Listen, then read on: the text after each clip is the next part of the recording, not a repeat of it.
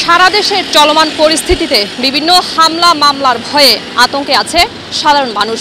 কেমন হবে আগামীর বাংলাদেশ? চলুন শুনে আসি সাধারণ মানুষের কাছ থেকে কি চায় জনগণ আর কি বলছে তারা। এখন তো উলট পালট, এখন তো আর আপনার সরকার নাই, এখন তো এইভাবেই চলছে দুনিয়া।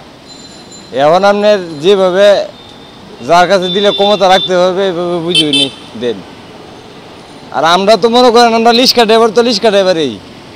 এতে রাস্তাঘাট মনে করেন আপনার 1 কোটি টাকার বাজেট করে আপনার 50 লাখ টাকা খাওয়ায় রাস্তা খারাপ, ঠিকই টাকা খাই লাইছে। আচ্ছা, আগামী নির্বাচনে কাকে সরকার হিসেবে দেখতে চাচ্ছেন? জামাত। দেশ আগেরটা ভালো ছিল না এখনটা ভালো?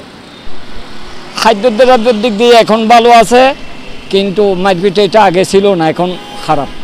এটাই বলতেছি, এটা হচ্ছে আইন শৃঙ্খলা আরও কঠোর করতে হবে, তারপর আমাদেরকেও সজাগ থাকতে হবে কি যাহলে।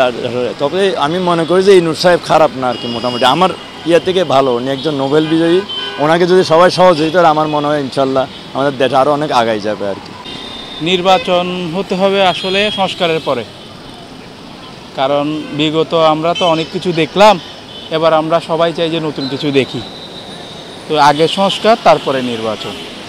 এর আগেও তো অনেক ভালো ছিল তা না, বিএনপি বলেন আওয়ামী লীগ বলেন সেম জিনিসগুলোই কিন্তু করে আসছে। তো ওনাদেরকে সময় দিতে হবে। ডক্টর ইউনূসের মতো কম্পেয়ার করার মতো এখানে কেউ নেই।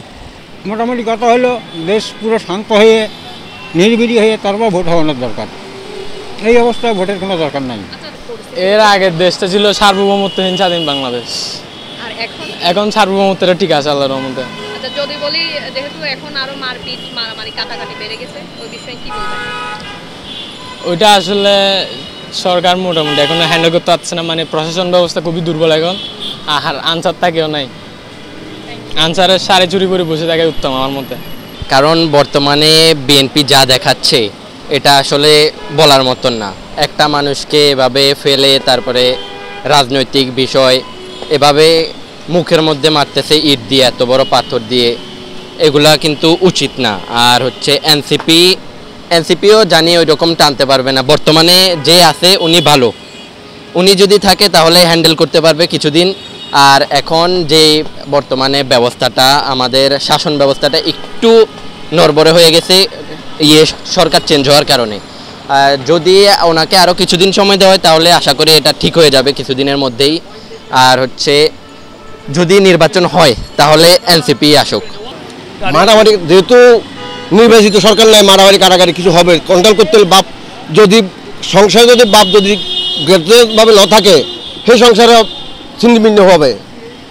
আসলে বাংলাদেশ জাতীয়বাদী বিএনপিকে দেখতে চাই।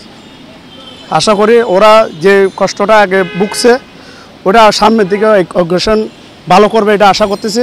তার যে বার্তাটা দিয়েছে ইনশাআল্লাহ সামনে বাংলাদেশ আরও সামনে এগিয়ে যাবে। দর্শক, এতক্ষণ শুনছিলেন সাধারণ মানুষ কি বলছে। তারা বলছেন আগামী নির্বাচনে অনেকেই বিএনপি, অনেকে জামাত, আবার অনেকেই এনসিপিকে আগামী নির্বাচনে সরকার হিসেবে দেখতে চাচ্ছেন।